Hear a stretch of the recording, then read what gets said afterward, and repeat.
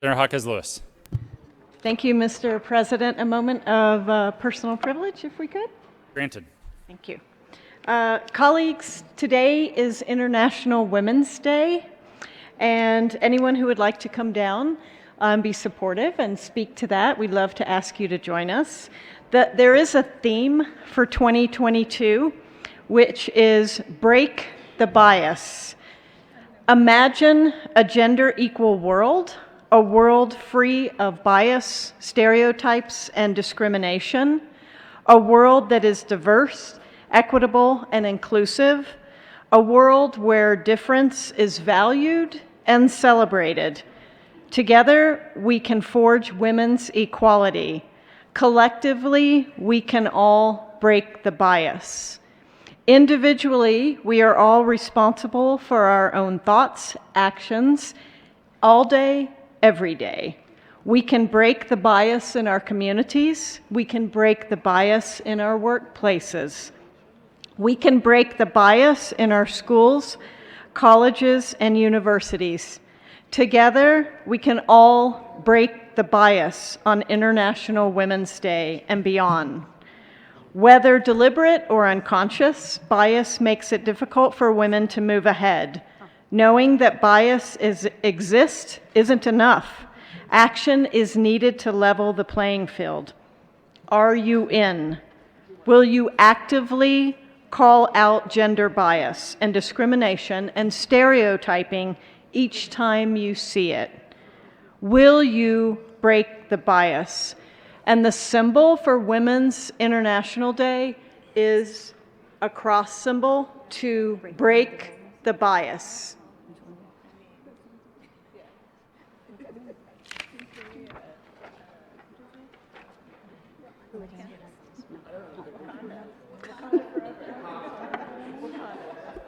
Nobody else? Okay.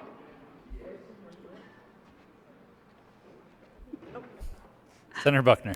Thank you, Mr. President. International Women's Day is a global day celebrating the social, economic, cultural, and political achievements of women. And this day has occurred for well over a century, with the first International Women's Day gathering in 1911, supported by over 1 million people. Today, International Women's Day belongs to all groups, collectively, everywhere. International Women's Day is not country, group, or organization specific. It's all about breaking the bias today. And over in the House, we have a large group of African American ladies who are in their native dresses, and I'm hoping they can come over here, but if they can't, I'll make sure you all see photographs. And I wore this special necklace that was given to me from someone from Liberia for International Women's Day. So join the movement. Good job.